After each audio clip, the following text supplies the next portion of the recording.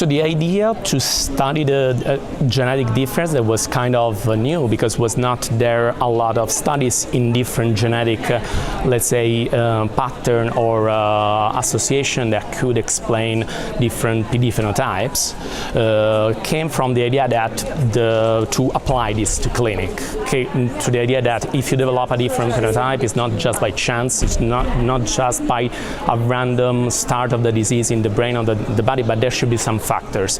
Probably they might be also environmental, but they are mainly and supposedly probably also genetics. So they are, let's say, back in the genetics of the people. And we could, with, let's say, a simple analysis, identify 5 or 4 different genetic signatures that were typical of body first or brain first, depending on which one.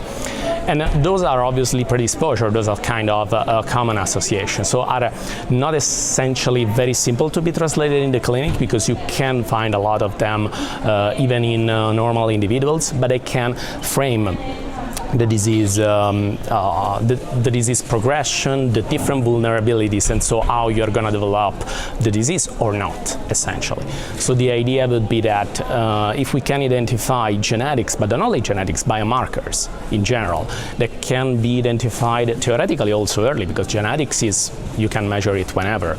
Biomarkers are probably going to be there even 15 years, especially for body first individuals, before the motor start.